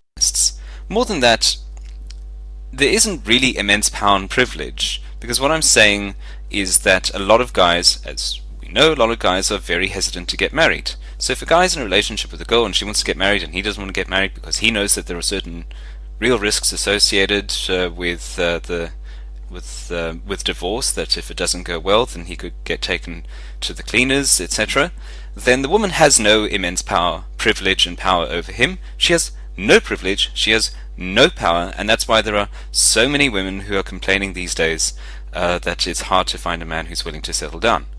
Correct me if I am wrong. But aren't you basically saying, if a man wants to not be under the lawful dominion of a woman, he should avoid getting married? And aren't you also saying that men refusing to get married has caused women to start getting their panties in a bunch because of this and wanting the system to change to make it more fair for men so that men will marry them? And isn't that just another way of saying MGTOW is working? It's really fucking working. Gentlemen, don't change a thing. And if that's your statement, why the fucking video series on why MGTOW is wrong and marriage is right? I ask my audience, anyone, if there is so much as one of you left watching this video, maybe just some guy with his headphones plugged in, listening to this on his iPod while grinding through an MMO, if there is anyone left watching this video still, I have to ask, am I the only one who is seriously confused as to what the Critical G's objection to MGTOW is? So far, I have heard him basically come right out confess the very merit of MGTOW, confess that it's actually working, and it's a great fucking political strategy and it's a great personal choice. So I think when all is said and done, the only objection G has is, you MGTOW exaggerate the risks, and there are techniques to maximize the chances of finding a good woman. And if that is ultimately your one and only point, I'd have to agree. I think a lot of the risks are exaggerated, and when people make a decision to avoid something, and then they are put on the spot and asked to justify their avoidance, they're obviously going to exaggerate the dangers to you and to themselves, to act as justification. But ultimately they just believe on an emotional level that the benefits don't outweigh the risks. I can't say I blame them. As for me, well, I might get married. If Sarah Michelle Gellar ever gets tired of Freddie Prinze Jr. and wants a real man, and she wants marriage, I might marry her. In fact, if any hot woman who makes a considerable amount of money wants to marry me, and we've been dating steady for a long time, yeah, I'd probably marry her. So Critical G, you have ideas on how to find the right woman and minimize your chances of being taken to the cleaners. Well, you forgot to mention seek out a woman that makes more money than you. That's up there with my advice of avoiding any woman that gives a flying fuck about your money to begin with, or expects to financially leech off of you. Bebo says, a comment from the Bebo says, I hope I pronounced that correctly, at least when you set sail on dangerous seas you might make some money, catch some fish, find some treasure. There's no reward for men in marriage, none at all. Marriage is slavery for men, all the financial responsibility but no payoff. Getting married is for idiots and women. And I wrote to him, you are exactly what is wrong with MGTOW. It wouldn't matter to you what the divorce laws are, you're simply opposed to marriage. Now, I gave the setting sail on high seas as an analogy to embarking on a relationship with someone. I wasn't really talking about going and getting treasure, but okay, let's expand that. If you don't think that there's any reward in getting married, then you simply see no value in a deep, long-lasting relationship with a woman. Well, I can't speak for that guy, but I personally see no value, no benefit, or at least no real worthwhile benefit of marriage. In spite of a few perks, some tax adjustments, which I hear there are tax benefits, then I hear there are tax penalties for marriage. Aside from things like automatically being given visitation rights at a hospital, and being marked as next of kin, and certain degrees of insurance coverage through employers' insurance, and a few other perks like that, I really don't see the benefit of marriage, and I'm not even sure the benefits that do exist completely justify the financial expense of a typical wedding. So I see no worthwhile benefit to getting married, but I do believe there is a great benefit to a long-term relationship. You don't have to go through the legal contract of a marriage to be in love and to be with that person for the rest of your life. In fact, if you are deeply in love with someone you trust, and you've been dating and fucking for 2 or 3 years, why would you want to risk screwing that up by getting married? Don't you realize the act of marriage itself can screw things up? If your wife realizes, even if just on a subconscious level, that she now has loaded gun to your head and a license to pull the trigger the moment you displease her, or even the moment she is displeased with her own life and you become the scapegoat, thereby appearing to have displeased her. Just having that power and authority, just having the option, can really start to change the way she is and how she treats you. And you, with the knowledge that she can pull the trigger anytime she wants with no consequence whatsoever, might start getting a little afraid to displease her. You might find yourself being extra apologetic, and walking on eggshells, and jumping through hoops. And that alone means you've just changed. And that change might not be something she enjoys. so that massive change of power can change both of you. And if you are both happy with each other the way it was before marriage, why risk screwing that up with marriage? Again, you don't need to sign away your human rights and become a slave to your wife, in order to spend your life with your one true love, or even to have children with her. You cannot hold to the truth that it is enriching and helps you become a more mature and well-rounded person, makes you more of a man, to have someone in your life that you share your life with. Now, I'm not saying that everyone should get married, because some people aren't cut out for marriage, and some people can make greater contributions to society or simply be happier as bachelors. But for the vast majority of people, all things being equal, marriage does them good. Marriage does the women and the men good, because it's not about having a secure sex. It's about being with someone and not having yourself at the center of your life all the time. Again, you can be with someone for the rest of your life, make a lifelong commitment, raise children together, and not need a legally binding marriage. If you're under the notion that a marriage is required to ensure togetherness, then what you're saying is, one or more of the participants needs to be bound by a penalty for leaving the relationship. You want to remove the unfair divorce penalty for men. Don't you realize that a divorce from marriage would become nothing more than a breakup from a relationship, thereby rendering marriage into the utmost pointless ritual? If marriage is about needing to apply legal pressure to keep two people together, then one or more of the participants are going to have to be punished when they leave the relationship. And I also think it's sad if the psychological motivation for marriage really just comes down to insecurity, distrust of yourself and/or distrust of your partner. One motive might be to do what is culturally expected of you. Well, I already mentioned that in the portion of the video about marriage is not an obligation. But since you brought up the word mature, let me just say a part of being a mature adult is making your own decisions and not allowing people to pressure you into choices. A teenager does something foolish or reckless to gain the approval of his peers, or to conform for the sake of social approval. The adult thing is to do what you want, within the law, and within reason, and to not allow peer pressure to turn you into society's bitch.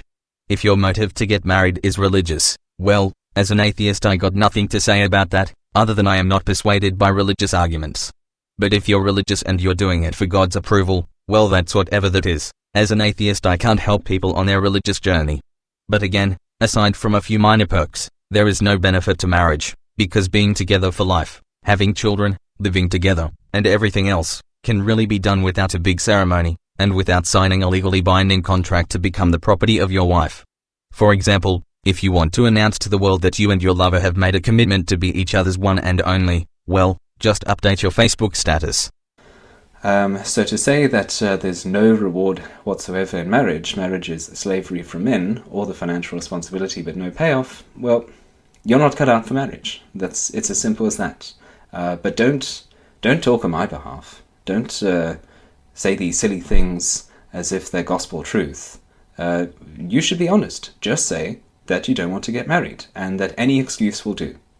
I don't want to get married. I don't need an excuse.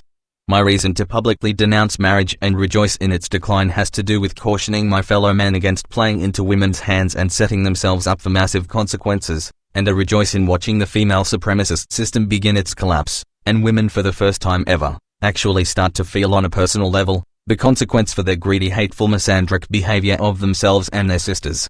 Allow me to explain why I, and possibly the MGTOW you speak of, rejoice in the decline of marriage. If you were a doctor, and a child began coughing and vomiting, you'd be very displeased at witnessing these horrible symptoms. However, if you just saved the child from drowning, and have been giving him mouth to mouth, and finally his eyes open, he is choking, coughing, and puking out the water, you would become very happy and rejoice that these unpleasant symptoms means the child is going to live, and the symptoms are a necessary reaction to the situation for the body to clear its respiratory system in order to resume good health. Men opting out of the feminist enslavement system is not, as you and Rocking Mystery assume, a sadistic glee at watching the breakdown of the family, but instead the rejoicing of men finally saying they had enough, and are fighting back in the most basic way, the true first step in putting an end to the hate machine. It is not the entire solution, it is the first and very necessary step. YouTube user Wort668 wrote, "I do not like your presumption that women are monogamous, even though the evidence shows otherwise. If you attribute polygamous instinct to men, you should also add it to women. Okay, I am going to clarify this point here. When I said that men have a polygamous impulse and that women have a hypergamous impulse, I was thinking about it a little bit after I uploaded the videos, and I think it's fair to say that both men and women have both a polygamous and a hypergamous impulse. The polygamous impulse manifests itself in the same way, going and seeking other partners, and the hypergamous impulse manifests itself in, I would say, parallel ways. The hypergamous impulse for women is to seek to marry up, to seek to attach herself to someone who is higher status, who has greater resources, etc., whereas the hypergamous impulse for a man would be to trade the wife in for a newer model, that is, to seek a woman who is higher status in the sense of being younger, prettier, more likely to be of childbearing age, all that sort of stuff. Now, this is a neat way of reconciling these parallel impulses. I agree with you. See, folks, this is why I love the Critical G. He has a lot of great insight, a lot of good wisdom. Asking me to elaborate on some of the things I said. Unfortunately, Green Samurai has displayed either great difficulty with simple English or a disingenuous attitude. So I'll just read these comments for the for other people's interest. I have a problem with one thing you're assuming. Men should care about being attracted to women. It is like saying men should have pride in being gynocentric. Maybe I'm misunderstanding your point. I admit I could be mistaken, but your reasons just sound gynocentric to me. Okay, he didn't understand what I had to say, so I explained for him. Gynocentric means being a woman's slave. Making yourself more appealing to women by being happy and fulfilled is not gynocentric. By the same token, it is disgusting to us that feminists say, you shouldn't care what a man thinks. Eat all you want. Wear what you want. Don't shave your legs. Don't be pretty. Men are just pigs anyway. So if you like the idea of women looking pretty, you have to accept the corresponding reciprocation from men. It's called equality, something MRAs should be happy about. See, more great wisdom. I myself have used this argument in reverse against the feminists. They bitch about having to shave. I tell them males have to groom themselves as well to maximize their attractiveness. The women bitch that males wanting Barbie doll looking women is patriarchy yada yada. And I mention that men are wired to sexually respond to certain cues such as looks, and males have to show off their survivability or their utility, to trigger a woman's sexual impulses. It is good that we discuss these things. Because I have made a lot of negative generalizations about women, I believe it is necessary to point out that in most of these cases there are male equivalents to these negative, or I should say unpleasant traits. And as the Critical G points out in this section of the video, a man need not build a great life for himself for the sole intention of attracting a woman. He can simply do it to maximize his own personal well-being, and the fact it will also attract the ladies is merely a bonus. And I concur. Description of the idea that I was trying to convey.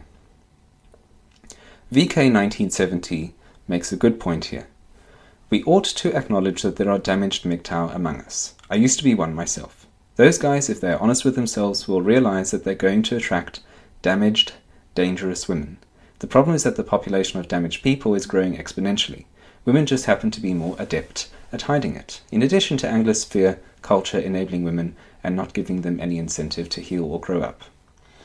I do agree completely that if you are damaged, if you have your own problems, and if you don't have self-awareness, then, or self-knowledge, then you are going to attract damaged, dangerous women. That's something that I've worked very hard on myself to grow out of, and it's something that I recommend very strongly to anyone to be aware of, at the very least. To say that the population of damaged people is growing exponentially, again, if you have any kind of numbers to back up that statement, I'd love to see them. Women just happen to be more adept at hiding it. I don't know, there are plenty of men who are sociopaths, so even if women are more adept at hiding it than men, does that mean that a man who is informed and who's careful and he knows what he's looking for in a relationship is doomed not to discover it until he is well ensconced in an abusive marriage, you're drawing a pretty long bow. Okay, I will say this. Men and women often do seek out damaged, destructive, self-destructive people as mates. I think one primary motivation on both sides is that a broken person can trigger our nurturing instincts, like seeing a deer with its foot caught in a trap or bird with a broken wing. We want to come to the deer's aid. We want to take the bird home and care for it. Now I will also say for men, I think being damaged leading to seeking out a damaged woman is a valid observation. I think the root cause is simple. If they have some emotional problems and they find a woman who is really off her rocker, then by comparison they are sane and stable people. It's like the joke about being a little pudgy, so you go out and get a fat friend to hang out with so that you are thin and in shape by virtue of comparison. Also, having a complete wreck as a mate forces you to be more mature and more stable. It also gives you the illusion of control, when otherwise you feel that you are an out-of-control mess. There's also the subconscious belief that you are unworthy of a high-class person who has it together, and therefore could never hold a long-term relationship with a stable, proper functioning individual. Now as for the amount of damaged people growing higher than ever before, the only thing I got is a link to an article by Psychology Today that reports on a 5-year study showing mental illness on the rise. Link to. As for women being more adept at hiding it, I don't buy that either. I will say, however, men are more oblivious to it in women. Men, as warriors and predators, are more keenly focused on the weaknesses and vulnerabilities of another man, because males, in some way, are rivals. But women are simply viewed as prizes, not as rivals. The flaws the male brain is wired to detect in women are physical flaws. A big ugly mole on a man's face is overlooked by a woman who is too busy being entranced by his loving life smile and charismatic personality. A woman's anxiety disorder is quickly overlooked by a man who's entranced by her cascading hair and soft angelic face. A woman is as turned off by a man's mental baggage as a man is by a woman's physical defects. It's not that one sex is naturally more skilled at hiding certain defects, it's that the other is more adept at noticing certain defects in the avenue of highest interest in determining partner selection. Thus I agree with what you're saying, G, that a man who has been trained to be more mindful of the signs can spot it much easier. In fact, I think it's even more true than you realize. You see, we are having a wonderful and productive discussion.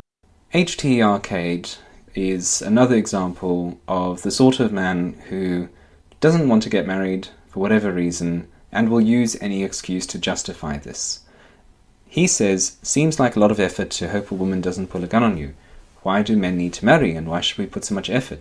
Marriage is an enslaving institution that is no longer practical. Stay single and just use women for sex and live for yourself instead of giving worship to women. I think that comment really speaks for itself. If someone doesn't see what's wrong with that, then I'm unlikely to be convincing, and I will defer to someone else to explain what is wrong with that comment.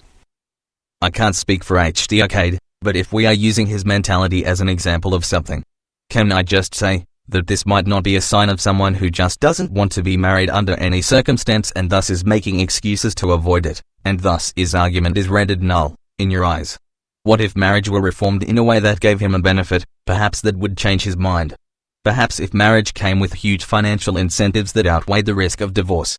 Perhaps if a typical marriage gave a man lawful ownership of his wife? Perhaps if marriage basically said a man is to have as many wives as he can afford? Perhaps if a woman were indebted to a man in a divorce, giving him the option to throw her in jail any time she can't pay, as it is now with men, then perhaps his attitude would change. And while this is an argument for marriage reform, I will continue to insist the most effective strategy to reform it is to vote with your wallet and opt out.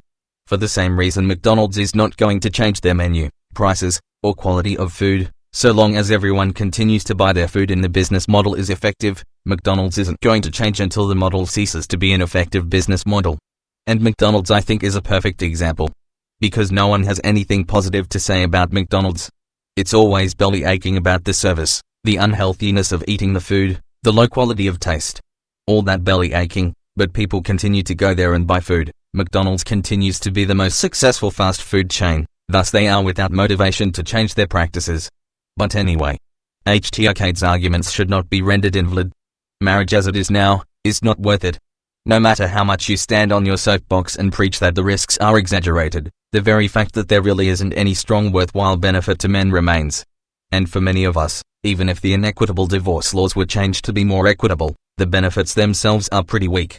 In order to make this outdated cultural function worth it to men, you're going to have to change the definition of what marriage is. You're going to have to greatly amp up the benefits to outweigh the risks, and to tempt people out of bachelorhood. Or you're going to have to severely penalize women for divorce. I'm just saying, marriage as it is now, is a pointless risk for men, and if you remove the risk to men, and women can't count on having herself locked into financial security by taking a man to the cleaners, then basically there is still little benefit to marriage for men, and really no benefit to marriage for women. Again, it's either outdated and needs to die off with every other ancient fashion, or it needs to be completely redesigned to the point where it barely resembles anything like the 20th century marriage. Marriage, as we know it, is dead.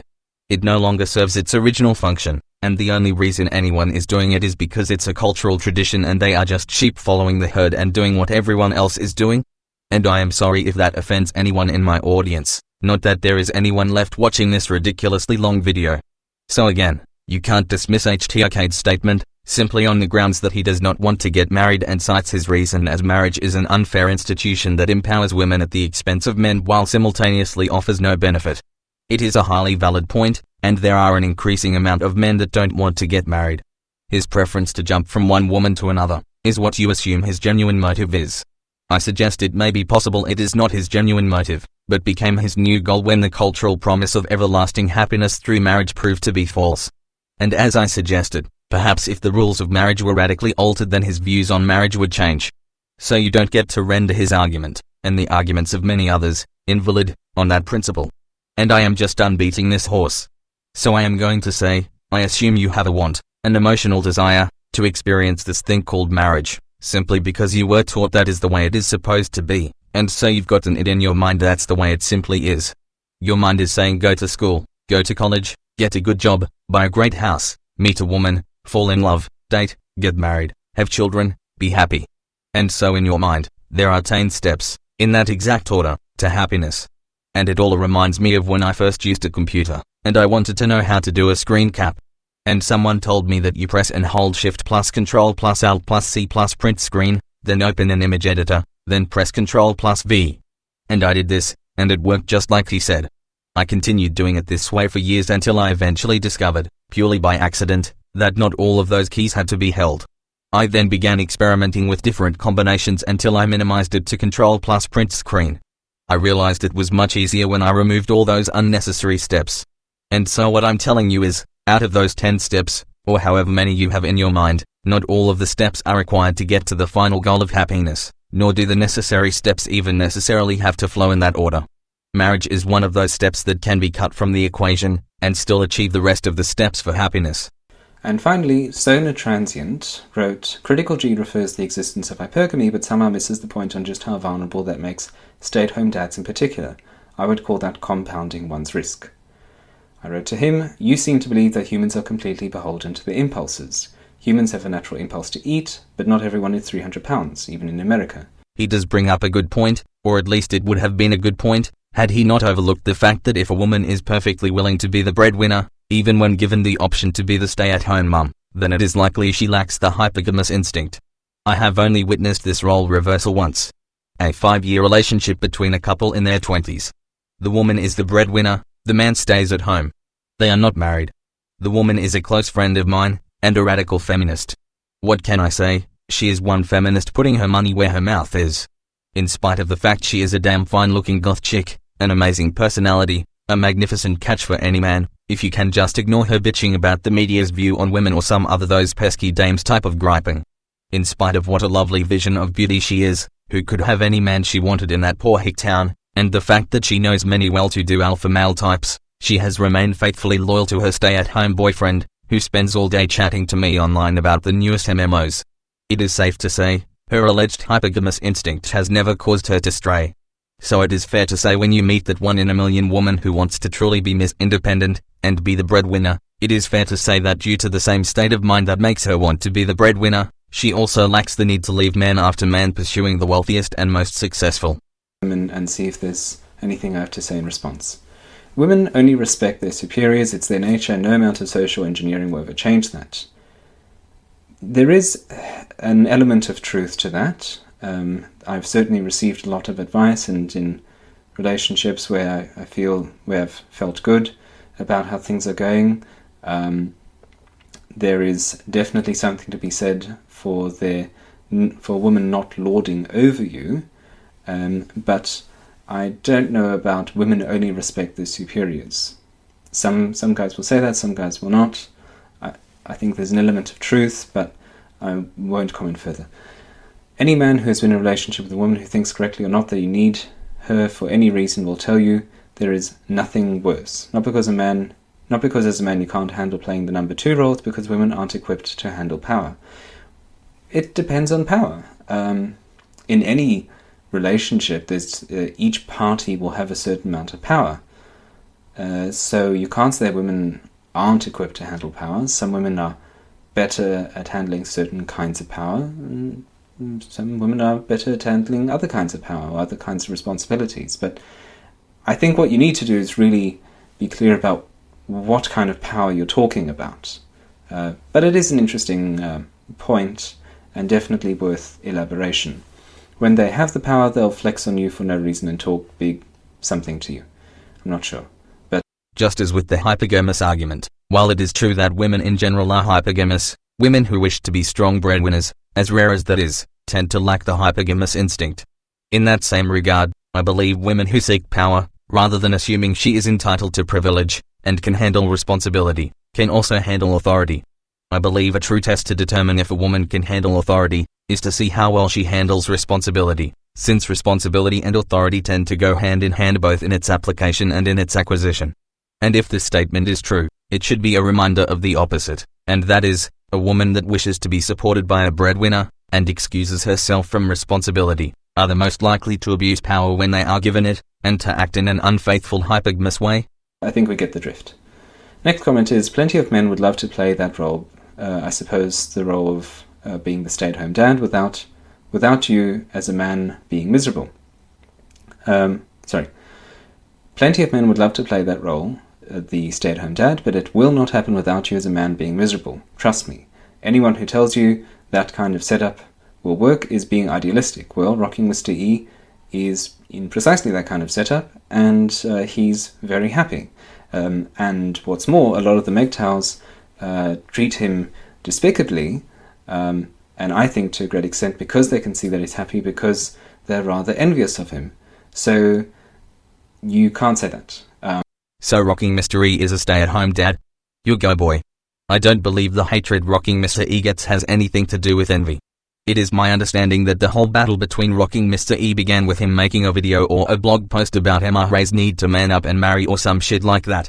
Or maybe it was his MRA leftist collectivist Marxist shit. And then Stardust called him out and said that telling men to get married in this culture is very irresponsible advice from an MRA or MRM sympathizer.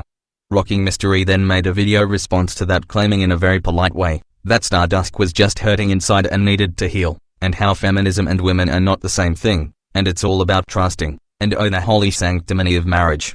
And that didn't jive well with MGTOW.